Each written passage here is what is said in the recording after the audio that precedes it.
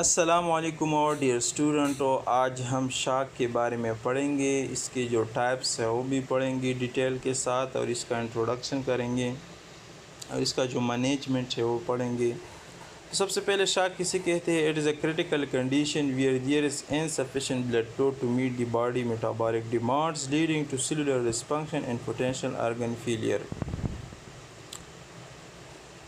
शाक एक ऐसी हालत है जिसमें हमारी बॉडी को, हमारे सेल्स को, टिश्यूज़ को और ऑर्गन्स को सही तरीक़े से, सही तौर पर ब्लड्स नहीं मिल रही। तो इसी वजह से मतलब सेल्स और टिश्यूज़ को जितनी ब्लड्स दरकार होती है, तो इतना ब्लड्स हमारे टिश्यूज़ और सेल्स को नहीं मिलते।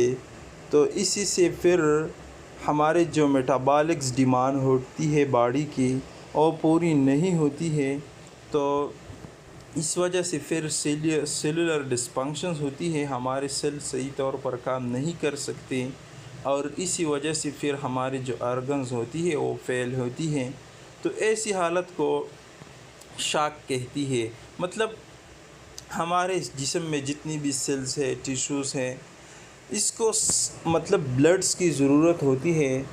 तो जब सही तरीक़े से, सही जितना दरकार होती है हमारे सेल्स को ब्लड, तो जब वो ब्लड्स न मिले हमारे सेल्स को, तो इसी दौरान ऐसी हालात को फिर हम शाक्स कहते हैं।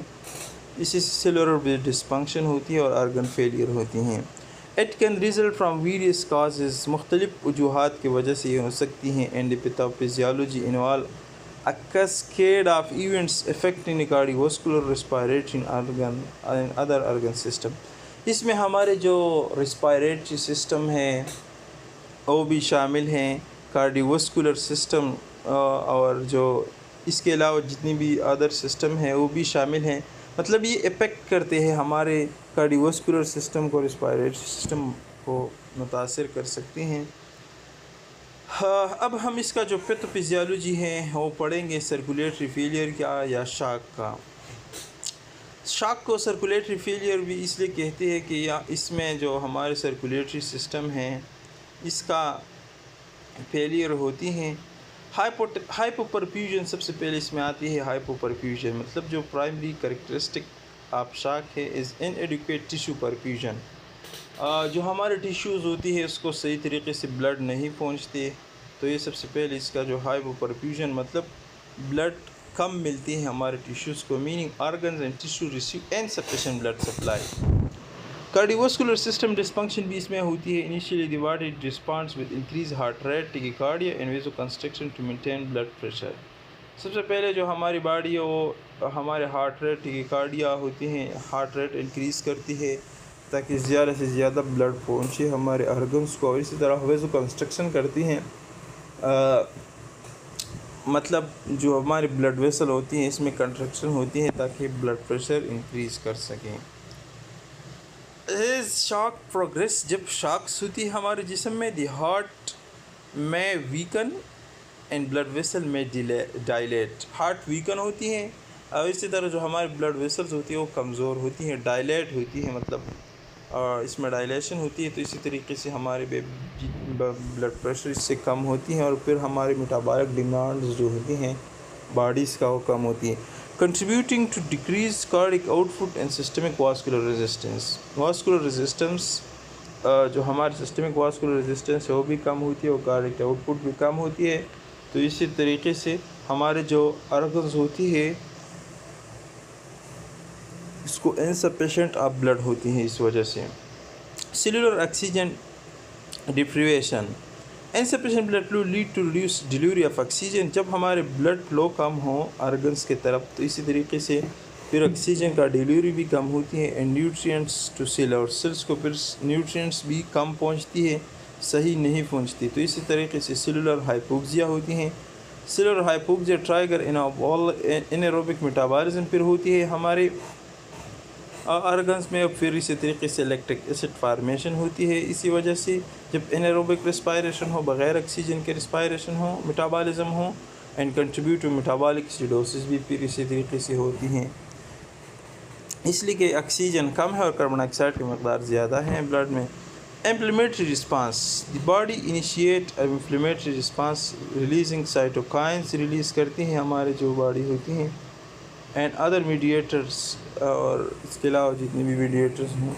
Excessive inflammation can lead to increase capillary permeability, जब ज़्यादा इन्फ्लेमेशन हो तो ये कैपिलरी परमेबिलिटी इंक्रीज़ करते हैं। इसकी वजह से कैपिलरीज़ की जो परमेबिलिटी होती है वो इंक्रीज़ होती है इस वजह से, और causing fluid to leak out of blood vessel से फिर लीक होती हैं जो फ्लूइड होती हैं।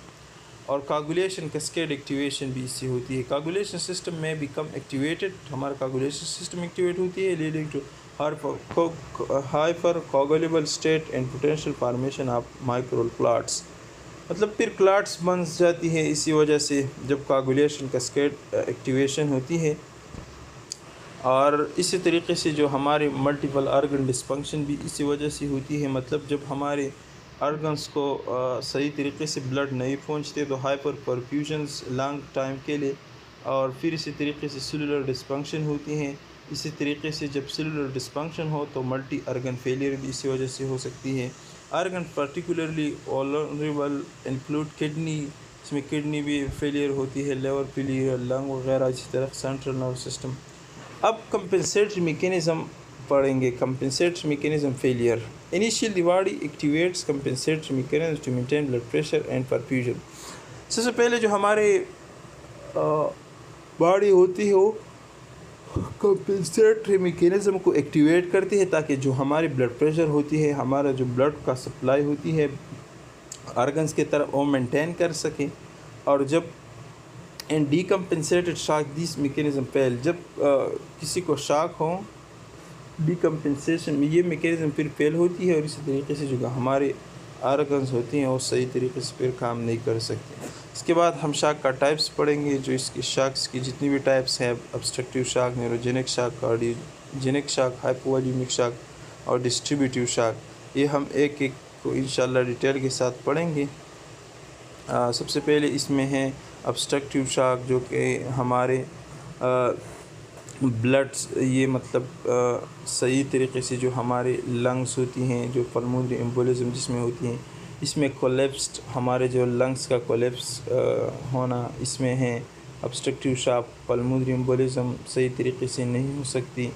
और इसी तरीके जो कार्डियोजेनिक शॉक है, इसमें हमारे जो ब्लड है, ये हमारे हार्ट इसी तरीके से ब्लड पंप नहीं करते, हमारे हार्ट अटैक भी इसी वजह से होती है। डिस्ट्रीब्यूटिव शॉक में फिर हमारे जो ब्लड वेसल होती हैं वो मतलब सही तरीके से ब्लड नहीं पहुंचाते आर्गन को, इनफाइलेक्सिस होती है। और हाइपोवॉल्यूमिक शॉक में जो हमारे फ्लूइड्स का जो वॉल्यूम है और उस तरीके से सही एक्सटर्नल ब्लीडिंग वगैरह की वजह से फिर हमारे जिस्म में फ्लूइड्स की कमी होती है, तो इससे शॉक फिर हमारे जिस्म में शॉक होती है इसकी वजह से। ट्रीटमेंट जो होते हैं इसमें invasive management involve addressing the underlying cause, मतलब जो काजेज़ होती है इसको ट्रीट करना, जिस वजह से भी शॉक हो इस काज को ट्रीट करना। रिस्टोरिंग एडिक्वेट फ्लूइड वॉल्यूम, मतलब इंक्रीज़ करने इसलिए कि ब्लड प्रेशर कम होती हैं। और कार्डियक फंक्शन को इम्प्रूव करना, अभी जो प्रेशर देना ताकि ब्लड प्रेशर इंक्रीज़ हो जाए। इसी तरीके से मैकेनिकल वेंटिलेशन देना ताकि पेशेंट का जो रेस्पिरेटरी प्रॉब्लम है वो हल हो सके इसकी वजह से। और recognition and intervention are crucial in management shock to prevent irreversible organ damage, ताकि आर्गन डैमेज ना हो। और इस तरीके से फिर इसके टाइप्स है स्पेसिफिक ओवरऑल, इसको हम डिटेल के साथ पढ़ेंगे इंशाल्लाह एक एक टाइप्स को। अब तक के लिए इतना काफ़ी है।